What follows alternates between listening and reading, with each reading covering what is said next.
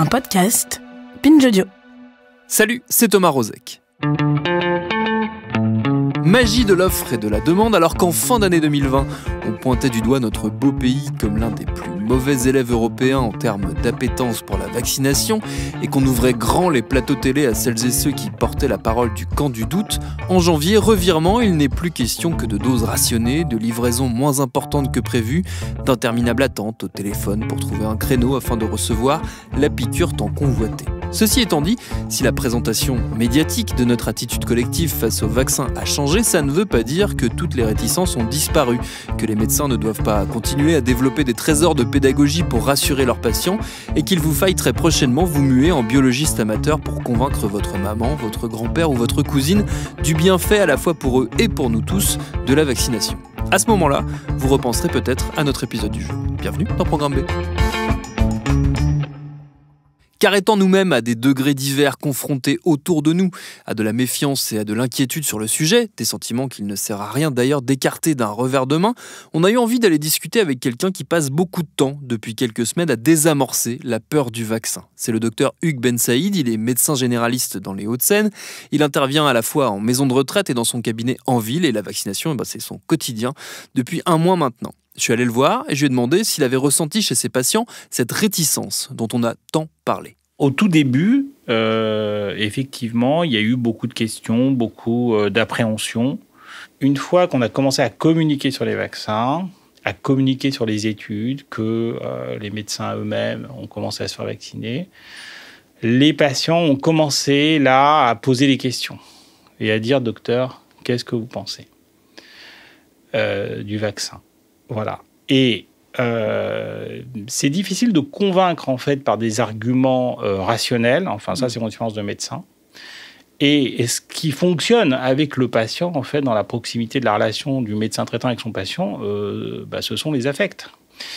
Et en fait, quand le médecin dit tout simplement à son patient, écoutez, moi, je pense qu'il faut faire ce vaccin, voilà, il entend cette parole. Et il peut poser des questions, mais il n'en pose pas énormément. Voilà. Et c'est pour ça que c'est pas par des éléments vraiment rationnels qu'on convainc, mais ça se fait dans la relation intime entre le médecin et son patient. D'expérience, c'est ça. Il y a quand même quelques points spécifiques à ce vaccin. Enfin, en tout cas, je pense aux 2 premiers qui sont sur le marché maintenant, qui ont suscité des interrogations et qui, j'imagine, ont nécessité un peu de pédagogie du fait de leur technologie assez spécifique, avec cette question d'ARN messager. J'imagine que là-dessus, il y avait des questions. Et c'est quoi les arguments qu'on peut déployer du coup pour répondre aux éventuelles craintes ? Oui, alors là, effectivement, sur des gens qui posaient des questions spécifiques sur l'ARN ou qui commençaient à donner des arguments en disant « mais quand même, ce vaccin a été fait vite, on ne connaît pas très bien les ARN ». Bon. Donc moi, j'ai eu effectivement un discours, c'est difficile de faire un cours de biologie cellulaire à un patient ou à quelqu'un qui ne connaît pas très bien déjà la biologie, les bases, ce que c'est qu'un noyau, ce que c'est que la cellule, ce que sont les organites qu'il y a dans le cytoplasme de la cellule, etc.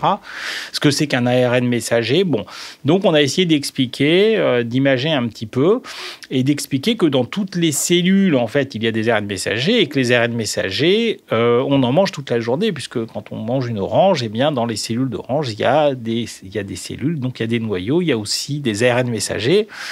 Après, il y avait dans les arguments, il y avait le fait que lorsqu'on attrape un virus, la majorité des virus sont des virus à ARN, et donc quand on attrape une rhinopharyngite banale, eh bien, l'ARN du virus, eh bien, se retrouve dans nos cellules. L'autre argument aussi que j'utilisais beaucoup quand il y avait à convaincre, c'était de dire que les vaccins, en fait, on n'a jamais eu vraiment de problème avec les vaccins. Donc, il y a eu des histoires, effectivement, sur, par exemple, le vaccin contre l'hépatite B et le lien qui avait été fait avec la sclérose en plaques. On sait aujourd'hui que, finalement, il n'y a pas de lien entre les deux et que, au moment où on a commencé à vacciner beaucoup contre l'hépatite B dans les années 90, c'était aussi l'avènement de l'IRM cérébral, hein, donc une imagerie beaucoup plus précise que les scanners qu'on faisait avant. Et donc, on a dépisté, en fait, via l'IRM cérébral, énormément de sclérose en plaques. Et ça s'est passé au même moment, c'est-à-dire dans les années 90. Et il y a effectivement un lien qui avait été donc fait, parce qu'on avait beaucoup de gens vaccinés, beaucoup de gens qui avaient des IRM cérébrales, mais corrélation n'est pas causalité, et on sait aujourd'hui qu'il n'y a pas de lien. Mais ça a quand même marqué les esprits. Et donc, les gens pensent... Alors, il y a énormément de choses sur les vaccins. Par exemple, pour les adjuvants, hein, les fameux adjuvants, l'aluminium, etc. Bon, ça aussi, il était facile de montrer que dans l'alimentation, on mangeait énormément plus d'aluminium que la petite dose, c'est à 100 fois, voire 1000 fois plus, hein, que la petite dose d'aluminium qu'il peut y avoir dans un vaccin. Donc, là, en plus, il n'y a pas d'adjuvant, en fait, dans le vaccin, en tout cas le premier vaccin ARN de Pfizer. Donc, ça a été des explications parfois de biologie cellulaire qu'on a pu faire à des patients. Il y avait une question aussi sur la rapidité, vous l'avez évoqué tout à l'heure, sur le fait que une partie de la méfiance a été alimentée par la mise sur le marché, c'est vrai, extrêmement rapide, vu l'histoire de la médecine, même l'histoire de la vaccination, de ce vaccin pour une maladie qui finalement n'est apparue qu'il y a 1 an. Oui, alors là-dessus, il faut savoir que sur les ARN messagers, les chercheurs travaillent depuis plus de 20 ans sur les ARN messagers et sur la production de protéines, que ce soit en oncologie ou en virologie. Donc, c'est quelque chose, en fait, où il y a un travail qui était déjà fait depuis très longtemps. Donc, c'est pas quelque chose qui s'est fait comme ça en 1 an. Hein. Par contre, ce qui a été évidemment très rapide et tant mieux, c'est que très rapidement, le génome a été séquencé très rapidement, donc on l'a connu très rapidement par les Chinois, qui l'ont effectivement après transmis donc au reste de la communauté internationale, qui a travaillé donc de suite sur le vaccin. Il y a eu plusieurs types d'ailleurs de vaccins à partir de ça. Donc il y a eu un coup d'accélérateur, hein, ça a été un catalyseur, et il y a aussi énormément de moyens qui ont été mis en place. Donc je pense que ça a été vite, non pas par imprudence, mais ça a été vite surtout parce qu'il y avait une urgence sanitaire, mais il y avait une connaissance quand même des ARN messagers, de produire une protéine à partir d'un ARN messager, c'est quelque chose qui est très très connu. On connaît très bien, on sait que l'ARN messager est très fragile, donc ça aussi, les gens avaient peur que l'ARN messager reste dans la cellule d'abord. Bon, après, ça a été la question du noyau, mais déjà reste longtemps, mais alors qu'on sait très bien que ça se dégrade très rapidement. Donc on connaît très bien les ARN messagers. Après, sur la rapidité, effectivement, du vaccin, bon, la recherche a été rapide, c'est vrai, mais elle datait pas d'il y a 1 an, en fait, c'est ça, voilà. Alors, j'ai expliqué aussi aux patients, ça c'était important aussi à certains patients, l'étude, comment ça s'est passé, cette étude de Pfizer, voilà, d'expliquer comment ils arrivent à 95% de bénéfices et de protection. Donc voilà, d'expliquer aux gens qu'ils ont pris un pool de 40 000 personnes, qu'il y a sur ces 40 000 personnes, 20 000 qui ont reçu une dose du vaccin, 20 000 ont reçu un placebo, donc de l'eau, et on a suivi ces gens dans le temps. Et on s'est aperçu qu'il y a à peu près 200 personnes, en fait, sur ces 40 000 donc, qui avaient eu le Covid. Et on a regardé ceux qui étaient vaccinés et ceux qui ne l'étaient pas. Et en fait, il y en avait une vingtaine qui étaient vaccinés. Et les autres, donc les 180 autres, n'avaient pas reçu le vaccin. Donc ça, c'est important aussi de faire œuvre de pédagogie, parce que c'est des choses simples, on va dire, mais c'est important que les gens aussi comprennent comment ça s'est passé. Voilà. Vous avez parlé du mot bénéfice. C'est un terme qui est aussi utile pour faire de la pédagogie justement autour des vaccins, mais sur une notion très spécifique qui est celle des bénéfices-risques, la balance bénéfice-risque, qui en fait se pose à chaque fois qu'on doit faire une vaccination, qu'on doit faire une opération ou on va dire un acte médical un peu invasif, un minimum invasif, à chaque fois la question se pose. Oui, alors c'est vrai, oui, voilà. Donc ça aussi, ça a été un axe important de pédagogie vis-à-vis des patients sur les risques, en fait, parce qu'il pose la question des risques. Alors nous, l'avantage qu'on a eu, c'est qu'en France, ça a commencé un peu plus tard, la vaccination, et donc on avait déjà énormément de pays qui avaient déjà vacciné et qui avaient déjà un recul, que ce soit en Angleterre, aux États-Unis, en Israël. Donc il y avait effectivement déjà, les gens avaient été vaccinés et on savait très bien que globalement ça se passait bien, qu'il y avait beaucoup moins d'effets indésirables en plus chez les personnes âgées qui toléraient beaucoup mieux le virus que les jeunes, sûrement parce que la réaction immunitaire est peut-être moins forte chez le sujet âgé que chez le sujet jeune. Mais globalement, voilà, on pouvait dire aux patients, puisqu'on avait ce décalage, les rassurer en disant écoutez, ça se passe quand même très bien, il y a très très peu d'effets indésirables. Voilà. Et même dans les études, déjà, il y avait très peu d'effets indésirables et que comparé au groupe placebo, finalement, parfois, on avait plus d'événements indésirables chez le groupe placebo.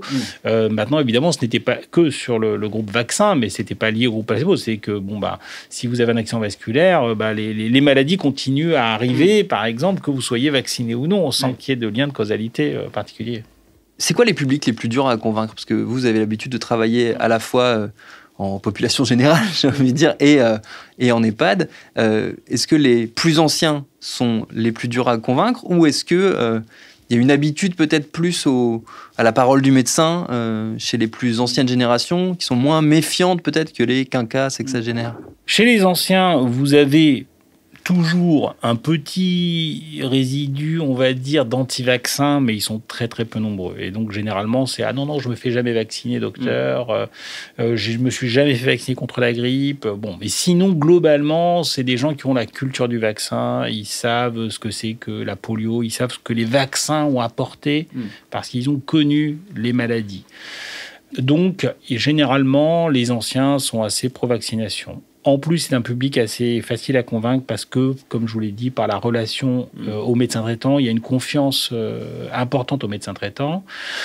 Donc, ce n'est pas le public le plus difficile. Le public le plus difficile, ça reste finalement... Alors, certains types de personnalités, donc dans la population générale, là, ça concerne les 40-75 ans, où là, vous avez effectivement certaines personnalités qui vont toujours chercher à parler du complot, où les laboratoires veulent se faire de l'argent, etc. Ce qui n'est pas entièrement faux, évidemment. Mais alors, ceux-là sont beaucoup plus difficiles parce qu'on les sent déjà dans un processus psychologique où on se dit... Là, ça va pas être possible. C'est-à-dire qu'on va toujours nous sortir, c'est l'intérêt des laboratoires, ou encore, j'ai entendu récemment, mais non, Macron n'a pas eu le Covid, on nous fait croire qu'il a eu le Covid. Les politiques, est-ce que vous comprenez que certains politiques veulent pas se faire vacciner? Bon, comme si c'était des hommes de science en plus. Bon. Donc là, ça, c'est une marge de la population. Voilà. Après, la grande partie de la population, comme je vous le disais, non, c'est des gens, en fait, qui vont... Voilà, dans la relation médecin-patient, généralement, ça passe assez bien, en fait. C'est pour ça que c'est peut-être plus compliqué lorsqu'il y a cette séparation, finalement, avec les médecins traitants, parce que là, avec Pfizer, c'est un petit peu, quand même, ce qui se joue, vu que logistiquement, c'est quand même compliqué. Maintenant, dès qu'il y aura des vaccins simples, comme pour la grippe, à acheter en pharmacie, et alors là, la vaccination, je veux dire, en 2 mois, c'est réglé, évidemment. Je pense, vraiment, en tout cas sur les populations fragiles, puisque les populations fragiles, elles vont voir leur médecin traitant. Les gens de 75 ans ou les malades chroniques vont voir leur médecin traitant. C'est intéressant, cette notion. C'est peut-être qu'une des portes de sortie, si je comprends bien, c'est de faire plus reposer ce système sur les médecins traitants, ce qui est une demande en plus de la part d'une bonne majorité de vos collègues, de ce que j'ai compris, plutôt que d'externaliser, de refaire la fameuse stratégie des vaccinodromes de Bachelot ou ce genre de choses qui, on le sait, marchent assez mal.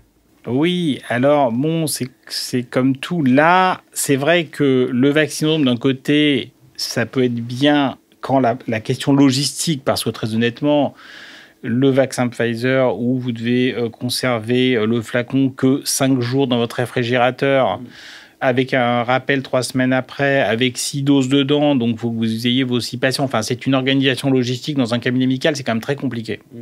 Donc là, je pense que pour ce vaccin-là, et comme c'est le premier qu'on avait, il était bon de effectivement favoriser la solution des vaccinodromes pour au moins déjà commencer, parce que en pratique de ville, ça n'aurait pas été possible. Par contre, lorsqu'il y aura des vaccins, effectivement, où vous irez chez le pharmacien, il sortira le vaccin du frigo et vous irez, comme pour le vaccin pour le grippe ou tous les autres vaccins, chez le médecin, là, effectivement, il y aura un coup d'accélération, bien évidemment, je pense, de la vaccination. Voilà. Mais on voit que les choses sont complexes parce que ça ne dépend pas que simplement du médecin, ça dépend, et de la bonne volonté des médecins, ça dépend aussi de type de vaccin et de la logistique que ça demande. Vous êtes vacciné, vous ? Oui. Alors donc, moi, je me suis vacciné. Alors ça aussi, c'est un argument aussi important pour les patients parce que et très rapidement, je dis, voilà, vous savez, moi, je l'ai fait, ça va. Bon, j'ai eu quand même un petit peu mal un jour au niveau du muscle, mais ça a duré une journée ou deux, mais pas plus. Mais c'est un argument important. Et souvent, aux sceptiques, il arrive très souvent que je leur dis, mais vous savez, tous les médecins se sont fait vacciner. Enfin, moi, je suis sur un groupe WhatsApp des médecins de Clichy. Enfin, je veux dire, tout le monde s'est fait vacciner. Donc, la grande majorité des médecins savent qu'il faut se faire vacciner. Après, il y a l'argument aussi du bien public, ça c'est très important. C'est-à-dire qu'on ne fait pas aussi, et ça je pense que c'est par rapport aux jeunes générations, après c'est l'argument aussi qu'il faudra développer, c'est que dans les personnels difficiles à convaincre, vous avez aussi les personnels, parfois les infirmières, les aides-soignantes dans les établissements médico-sociaux, dans les EHPAD, dans les MAS, dans les hôpitaux. C'est difficile parfois à convaincre, même si ça progresse, parce qu'il y a eu un grand scepticisme. Voilà. Et la question du bien public, c'est-à-dire que donc là ici on leur explique que effectivement c'est aussi une question d'altruisme là, c'est-à-dire qu'on ne se vaccine pas que pour soi, on vaccine aussi pour protéger à la fois ses parents, ses grands-parents, les gens à risque qui sont aussi autour de nous, les plus vulnérables. Donc c'est aussi une question de bien public pour l'ensemble de la société, parce que plus on sera vacciné et plus on en aura fini aussi, et on pourra dépasser aussi cette situation actuelle qui est quand même assez catastrophique.